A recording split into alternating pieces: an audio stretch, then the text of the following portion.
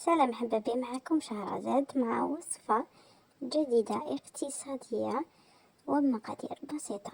تابعوا معي الوصفة. 2 مغارف كبار زبدة، كاس زيت، 3 بيض، تالتة الحبة التالتة نقسمو البياض وحده نحتاجوه من بعد،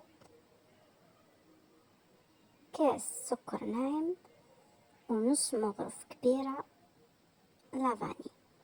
نخلطوا كل المكونات مع بعض ونضيفوا الفارينة وباكي خمارة حتى نتحصلوا على عجينة متماسكة وتكون طرية وماشي يابسة. هنا عندي كاوكاو مطحون خشين بقشوره وبياض البيض اللي خليته. راح ندير كرة صغيرة نغطسها في بياض البيض اولا ونزيد الكاوكاو.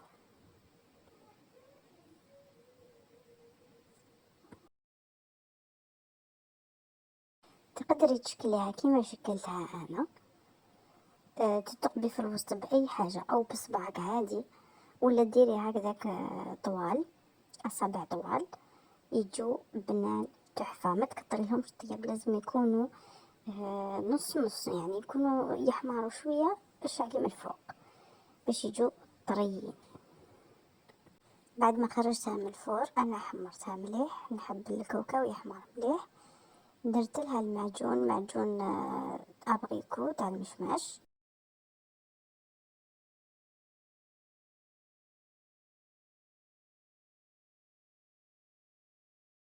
ونرش بالسكر الناعم الأصابع الطويلة هذيك والصغار تانيين المدورين يجو هايلين مع المربى، روعة.